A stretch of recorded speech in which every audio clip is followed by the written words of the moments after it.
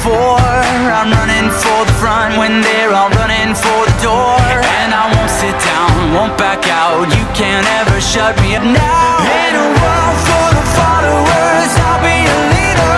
In a world full of doubters, I'll be a believer. 大家好，歡迎返嚟小熊食同玩頻道。離開咗美麗嘅桂林之後，我哋就坐高鐵去廣東省嘅首府廣州啦。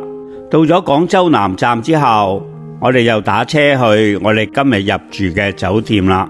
白天鵝賓館呢間酒店響荔灣區沙面入邊，靠近白鵝潭，所以就叫做白天鵝賓館啦。我哋經過沙面島上到去佢專屬嘅天橋，到咗賓館嘅大門口啦。賓館於1983年2月開幕，係廣州市嘅第一間5星級賓館，係中國內地第一間由中國人自己設計、施工同埋管理嘅大型現代化酒店。裏面亭台樓閣、古董名畫琳琅滿目，係當時到而家嚟廣州旅遊必嚟嘅地方。30多年前曾經嚟過一次，但未曾入住。今日終於可以一償心願啦。當然仲有另外一個目的啦。我哋首先嚟睇下入住嘅房間。首先見到嘅係一辣嘅屏風，相連住有好長嘅書台，後邊就有個衣櫃同行李架。長台上面有個水吧，下邊有個飲品嘅雪櫃，旁邊嘅櫃桶就放咗酒杯同埋啲小食，都係要付款嘅。門口右邊就係一個衛生間啦，係一個好長形嘅設計。門口對住就係一個化妝台啦，旁邊就有一個廁所啦，有免治馬桶。跟住就見到有2個玉石嘅洗面盤，毛巾、衛生用品齊全。跟住我哋就見到一個淋浴區啦，再行入啲就見一個長形嘅浴缸，仲有浴室電視，個窗就係對住珠江河。淋浴間都非常之大，出到嚟就有2張單人床啦，床上有2隻毛巾摺嘅天鵝，圍住一個玫瑰花嘅心形，非常之多謝。由於房間相當大，所以我哋就加多咗1張床啦，就唔使租2間房啦。牆上有中國嘅山水畫同一個大電視，窗前就有1張安樂椅同一個小圓台，旁邊就有一個角位梳化啦。而窗口望出去就係出名嘅珠江河，對面就係新建嘅3館合一、集藝術同文化一身廣州嘅新地標。擺好行李之後，我哋就趕住出去出邊啦。首先經過酒店出名嘅餅房，呢度嘅出品都係廣州人民嘅夢寐以求嘅食物，尤其是佢哋出名嘅薩琪瑪，每朝開門就會好快賣清啦，就好似香港某間酒店嘅芝士餅，個個都慕名而去。跟住我哋就喺酒店嘅側門出去啦，呢度就係沙面島。沙面島係俾人展現到19世紀英法租界歐陸風情風貌。呢度就係在鴉片戰爭後曾被割讓給英法列強，呢度就似歐洲嘅小城一樣。呢間勝利酒店就係當時第一間外國人嘅酒店啦，相當之有歷史價值。開業於1885年。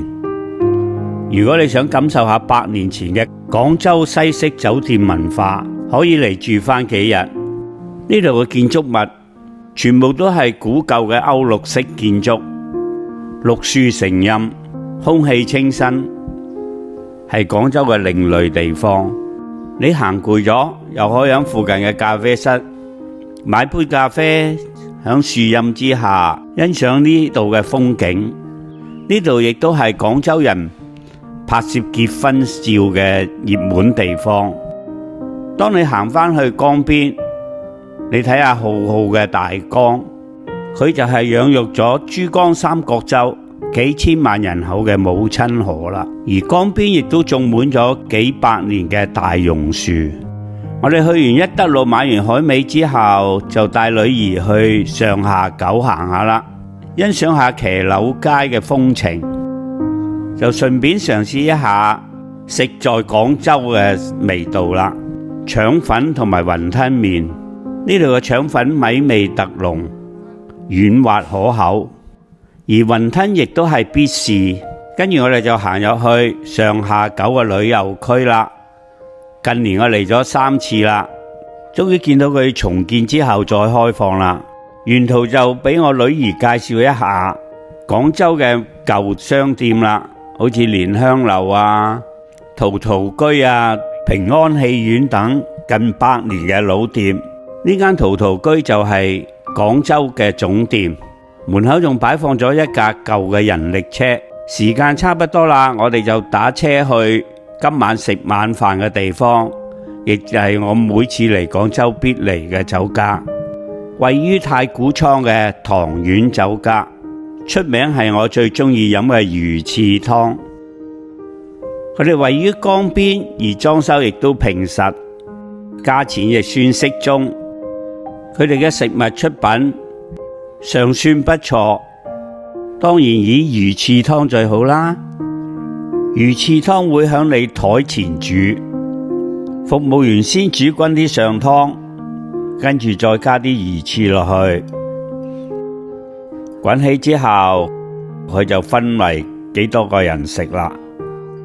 雖然唔係山珍海味，但都算係賣飛佛，魚翅都相當多。飲完湯之後就食一啲炒菜，再嚟一碗雙皮奶甜品，完美。跟住我哋就落海邊散下步啦。太古倉以前係一個貨倉，現時被改為文創區，好多商店、餐廳同酒吧，令到呢度非常之熱鬧。尤其是晚上，係夜生活一個好去處。呢度亦提供咗世界嘅美食，各類嘅酒吧。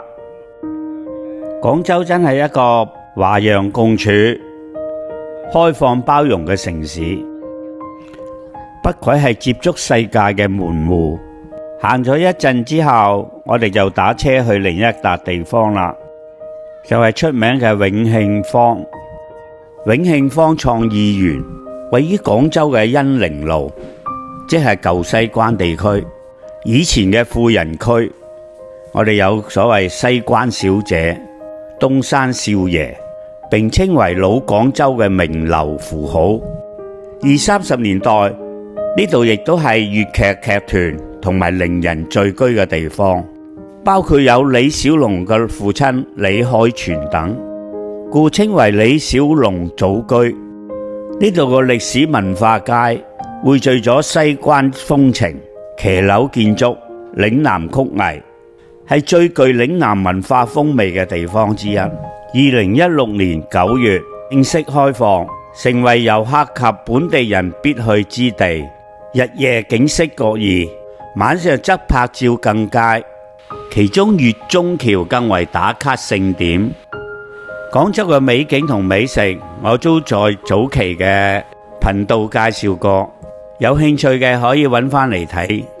返到酒店之後，發覺房間多咗個大蛋糕，好多謝酒店。